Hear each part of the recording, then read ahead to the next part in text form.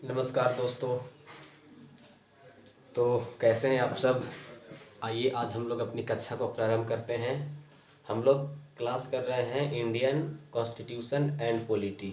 उसके तहत हमने दो क्लास किया, जिसमें पहली क्लास में हमने ये जाना कि संविधान का जो विकास था वो कैसे हुआ, किस स्थिति में और किस अवसर के प्राप्ति हेतु कॉन्स्टिट्यूशन का निर्माण हुआ। और उसी में मैंने फिर आगे बढ़ते हुए ये बताया कि संविधान में किस तरह से केसी बियर, जो कि एक ब्रिटिश विचारक है, वो आक्षेप लगाता है कि भारतीय संविधान सभा में जो हम भारत के लोग हैं उसके जगह पर होना चाहिए था हम भारत के शिक्षित और धनी लोग। उसका कॉन्सेप्ट मैंने पूरा ब्रॉड आपको देने का काम किया। आज जो हम लोग जानेंगे वो जानेंगे संविधान के स्वरूप के अंतर्गत, वो है क्या, समाजवाद, यानी समाजवादी स्वरूप में। आपको मैंने क्या बताया था, संपूर्ण प्रभुत्व संपन्न समाजवाद, पंथ निरपेक्षता, लोकतांत्रिक और गणराज्य, ये आपको प्रस्तावना के स्वरूप में है, संविधान के स्वरूप में है। और उद्देश्य क्या है, तो स्वतंत्रता, समानता, न्याय, व्यक्ति की गरिमा, राष्ट्र की एकता बनाए रखना, ये भारतीय संविधान या प्रस्तावना की उद्देश्य है। तो उसी के कड़ी में आइए आज हम लोग जानते हैं कि कॉन्स्टिट्यूशन में जो समाजवाद शब्द है उसका क्या मीनिंग है। आखिर समाजवाद के उद्देश्य हेतु क्या ज़रूरतें हैं, उसकी क्या उपलब्धियां हैं और वो क्या चाहता है, उसके बारे में चर्चा करते हैं। समाजवाद को, भारतीय समाजवाद को जानने से पहले ऑल ओवर आपको वर्ल्ड में उस समय के दृष्टि से क्या समाजवाद था उसको जानना बहुत ज़रूरी है कि समाजवाद है क्या। तो सबसे पहले आप जानिए कि समाजवाद एक विचारधारा है।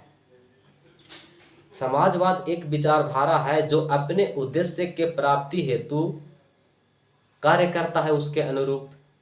अब एक विचारधारा है तो उसको हम निम्न बिंदुओं के साथ चिन्हित कर सकते हैं या जान सकते हैं कि समाजवाद का निम्न बिंदुओं पर हम जान सकते हैं कि समाजवाद किन किन बिंदुओं पर बल देता है, उसकी क्या उपेक्षाएं हैं, उसकी क्या आदर्श है, उसकी मूल सिद्धांतें क्या हैं, वो किस माध्यम से लोगों में समता और समानता लाने की बात करती है, उस विचारधारा को समझेंगे।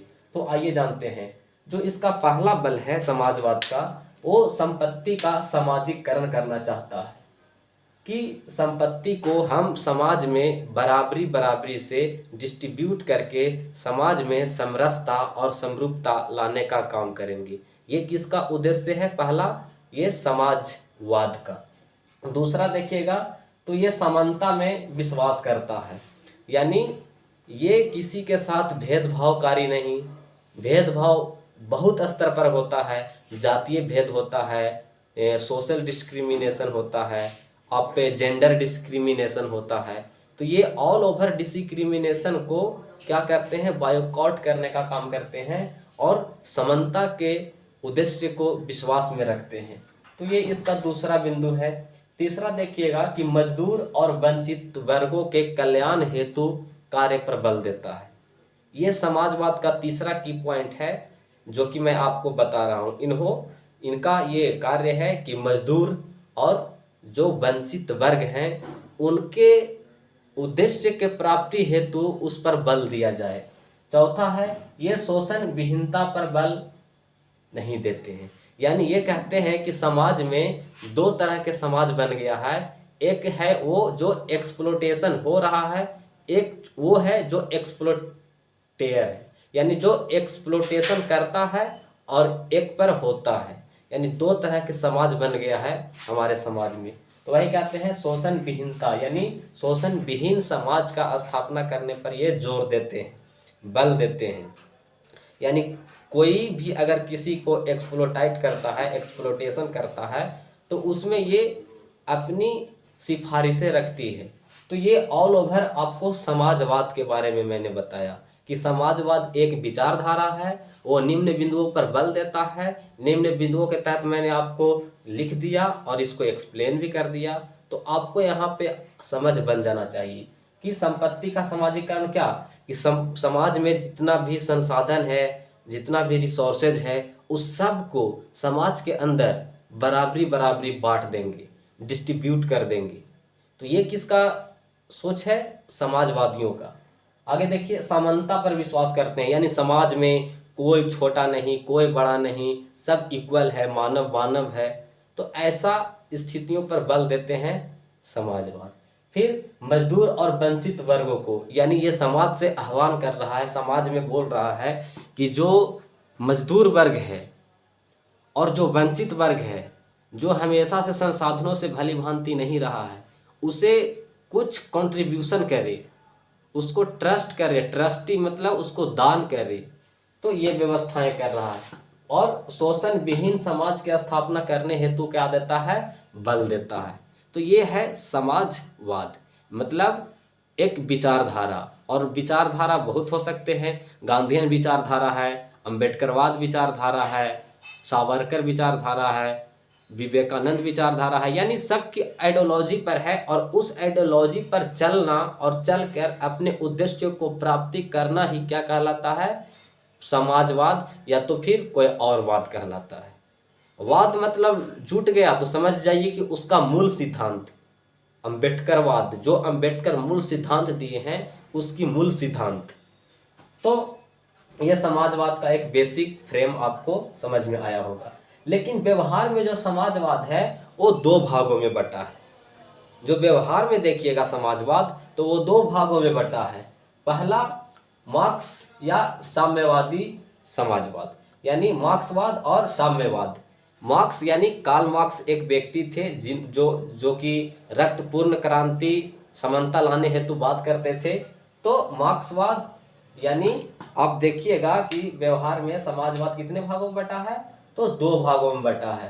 पहला मार्क्सवाद या तो साम्यवाद, और दूसरा लोकतांत्रिक या समाजवाद। चीजों को आप समझ पा रहे हैं कि कैसे मैं बता रहा हूं? व्यवहार में ऑल ओवर मैंने पहले आपको समाजवाद बताया कि क्या होता है, उसकी बिंदुएं क्या है, उसको मैंने आपको चिन्हित कर दिया।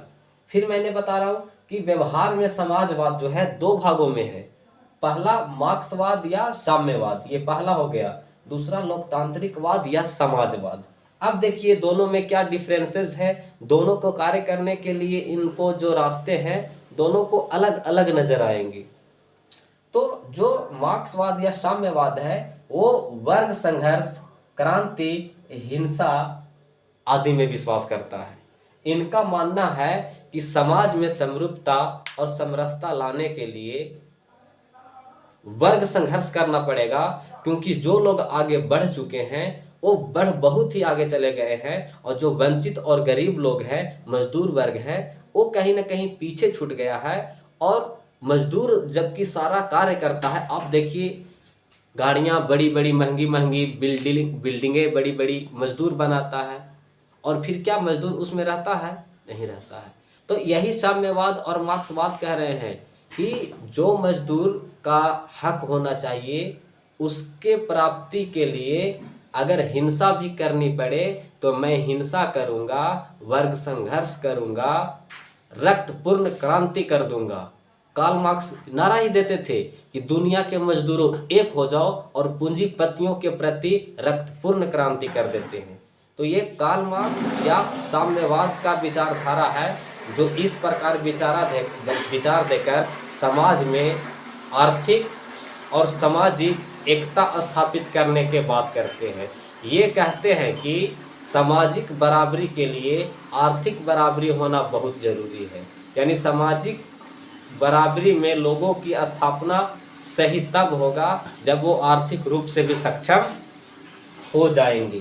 तो आपको मार्क्सवाद या साम्यवाद विचारधारा समझ में आया होगा, यानी ये वर्ग संघर्ष, क्रांति, हिंसा आदि पर विश्वास करता है। समरूपता और समानता लाने के लिए ये कहता है कि अगर हिंसा भी करना होगा तो मैं हिंसा करने से ज़रा भी नहीं कतराऊंगा। ये कौन कहते हैं? मार्क्सवाद या साम्यवाद। आगे देखिए दूसरा धारा है लोकतांत्रिक या समाजवाद। ये समाज में समरूपता और समानता लाने के लिए चुनाव, संसद का कानून और अहिंसा योजनाबद्ध तरीके का सहारा लेता है।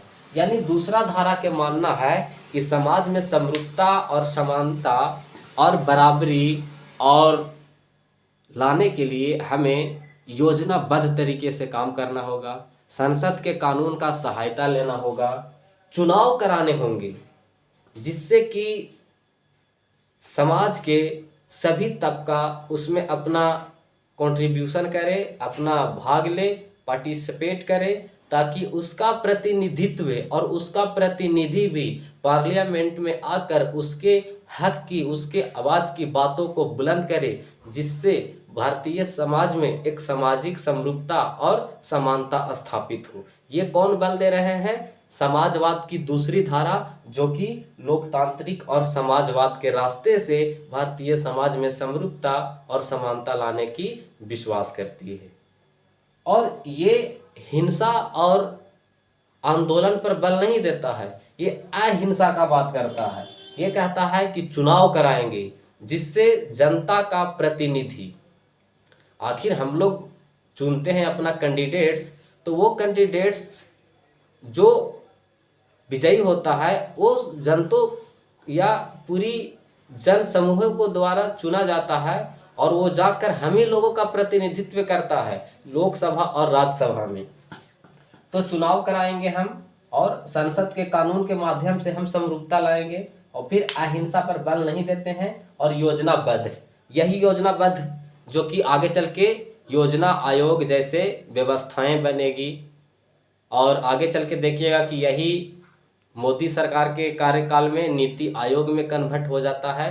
तो ये सारी बातें आगे हम लोग चर्चा करेंगे, लेकिन जो व्यवहार में समाजवाद की जो दो धाराएं हैं आपको समझ में आया होगा। कौन कौन सी धाराएं हैं? तो मार्क्सवाद या साम्यवाद पहली धारा, दूसरी धारा लोकतांत्रिक या समाजवाद। और जो मार्क्सवाद है वो किस पर बल देता है? तो रक्तपूर्ण क्रांति कर देता है, हिंसा पर बल देता है, और फिर क्या, वर्ग संघर्ष पर बल देता है, समता और समरूपता लाने के लिए। लेकिन लोकतांत्रिक और समाजवाद की जो धारा है वो कहता है कि मैं चुनाव कराऊंगा, मैं संसद के कानून बनवाऊंगा, और फिर अहिंसा के माध्यम से लोगों में समरूपता और समानता लाने का प्रयास करूंगा। ये किसकी धारा है? तो लोकतांत्रिक और समाजवाद। जबकि इसके विपक्ष और प्रतिपक्ष में देखिएगा तो जो मार्क्सवादी विचारधारा है और साम्यवादी, वो सामाजिक वर्ग संघर्ष और रक्तपूर्ण क्रांति की बात करता है कि दुनिया के मजदूरों एक हो जाओ और पूंजीपतियों के प्रति, कैपिटलिस्टों के प्रति रक्तपूर्ण क्रांति कर देंगे। आपको यहाँ पे समझ में आया होगा। आगे देखिए, समाजवाद निजी संपत्ति के विरुद्ध है, लेकिन वर्तमान समाजवाद समावेशी विकास पर बल देता है। समावेशी विकास का मतलब संपूर्ण समाज में सभी तबका के लोग, सभी धर्म, सभी जाति, सभी जेंडर आदि के लोग के लिए एक समावेशी विकास होगा। आप देखते होंगे कभी स्पीच में हमारे प्रधानमंत्री जी हमेशा इस बात का प्रयोग करते हैं, समावेशी विकास। तो समावेशी का मतलब क्या हुआ? सभी का विकास, जितना भी दबे हैं, कुचले हैं, पिछड़े हैं, जो आगे निकल गया है, जो पीछे छूट गया है, आदि सब का समावेशिक विकास की बात करता है। तो निजी संपत्ति के विरुद्ध है। समाजवाद को देखिएगा तो निजी संपत्ति के विरुद्ध है। निजी संपत्ति का मतलब समझते हैं, कैपिटलिस्टों के विरुद्ध है। यानी आपसे कोई पूछे समाजवाद क्या है, तो एक शब्दों में बोलिए कि यह एक विचारधारा है जो निजी संपत्ति के विरुद्ध है।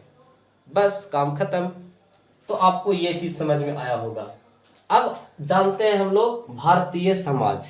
ये तो ऑल ओवर वर्ल्ड में देखे और समाज की जो प्रवृत्ति है उसको जान लिए कि समाजवाद कैसे अपने कार्यों को एग्जीक्यूट करता है, और उसकी मूल सिद्धांतें और उसकी जो क्लासिफिकेशन है वो किस धारा में किस प्रकार काम करता है, वो हमने जाना। लेकिन अब जानते हैं हम लोग कि भारतीय संविधान या भारतीय प्रियम्बल प्रस्तावना में जो समाजवाद है उसका क्या मीनिंग है। हम क्या पढ़ रहे हैं? भारतीय प्रस्तावना के उद्देश्य ये स्वरूप पढ़ रहे हैं, और स्वरूप के अंतर्गत मैंने आपको पहला स्वरूप क्या बताया? संपूर्ण प्रभुत्व संपन्न। दूसरा हम क्या पढ़ रहे हैं? समाजवादी। तीसरा आगे क्या पढ़ेंगे? पंथ निरपेक्षता। चौथा क्या पढ़ेंगे? लोकतांत्रिक। और पांचवी हम लोग पढ़ेंगे गणराज्य। और ये सारे स्वरूप को यदि पढ़ लेंगे तो हमारे पास एक ब्रॉड ज्ञान और हर पहलू के बारे में सोचने समझने की तार्किक क्षमता और बुद्धिवादी विचार का विकास हो जाएगा। तो आइए आगे हम लोग जानते हैं भारतीय समाजवाद का स्वरूप कैसा है। तो भारतीय समाजवाद जो वर्ल्ड का समाजवाद है उनसे भिन्न है। भिन्न कैसे है? तो भिन्न इस तरह से है कि जिस प्रकार से विश्व का जो समाजवाद था, मार्क्सवाद का जो समाजवाद था, रक्तपूर्ण क्रांति का बात करता था, उसको हमने नहीं अपनाया है। और वर्ड वही है, लेकिन हमने कॉन्सेप्ट को चेंज करके हम चीज़ों को अलग कर दिए हैं। और जो भारत के जो पूंजीवादी और समाजवादी है, इन दोनों के बीच एक टेम्परामेंट और बैलेंस बनाने का काम किए हैं। तो हम यह कह सकते हैं कि भारतीय समाजवाद का जो स्वरूप है वो अनोखा और विशिष्ट है। अनोखा और विशिष्ट का मतलब उन्होंने समाजवाद में, भारतीय समाजवाद में बैलेंस बनाने का काम किया है। अगर भारत में बहुत बड़ा कोई कैपिटलिस्ट भी है तो ऐसा नहीं कि वो जो गरीब तबका के लोग हैं, वंचित वर्ग के लोग हैं, उस पर एक्सप्लॉइट करे या शोषण करे। हम उसको इतना टैक्स ही लगा देंगे कि वो ज़्यादा एक्टिविटीज गतिविधियां कर ही नहीं सकता है। तो इन सभी कारणों से ये विशिष्ट और अनोखा है। इसी को परिभाषित करते हुए भारतीय समाजवाद को परिभाषित करते हुए DS नकारा केस जो 1992 है, उसमें यह रिपोर्ट दिया और भारतीय समाजवाद का परिभाषा दिया कि भारतीय समाजवाद को परिभाषित किया। और परिभाषित करते हुए इन्होंने कहा कि आय के असमानता को कम करना इसका पहला उद्देश्य है।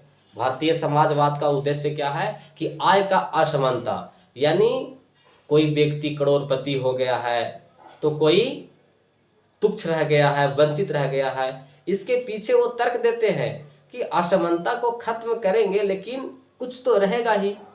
कुछ क्यों रहेगा? क्योंकि हर व्यक्तियों को काम करने की क्षमताएं, कुशल योग्यताएं अलग अलग होता है। कोई व्यक्ति ऐसे होते हैं जो काम करने से कतराते हैं, मेहनत करने से कतराते हैं, और एक व्यक्ति है कि दिन रात खट रहा है, तो वो तो कहीं ना कहीं आगे आपसे निकलेगा ही।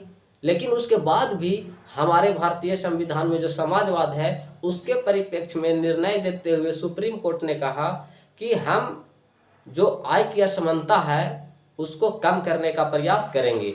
उसके लिए इन्होंने बहुत सकारात्मक कार्य किए। दूसरा, जीवन स्तर की असमानता को कम करना। जीवन स्तर के असमानता के मतलब क्या कि जीवन जीने में एक तरफ देखते हैं कि एक गरीब का बच्चा होता है जो वही गवर्नमेंट स्कूल, और एक व्यक्ति का बच्चा होता है जो बहुत अच्छा प्राइवेट स्कूल में पढ़ता है, और गवर्नमेंट स्कूल का हाल क्या है आपसे छुपा हुआ नहीं है। वही दाल चोखा खिचड़ी और वही छोटे छोटे कीड़े नज़र आ रहे हैं चावल में, ये वास्तविकता है। ये मैंने भी गवर्नमेंट स्कूल में पढ़ाई किया हूँ, मैं भी देखा हूँ कि किस प्रकार गवर्नमेंट में खाना दी जाते हैं बच्चों को, जो खाना परोसा जाता है। लिखा हुआ तो रहता है बोर्ड में मध्याह्न भोजन, स्वच्छ भोजन, लेकिन वो सिर्फ और सिर्फ लिखने की चीज़ होती है।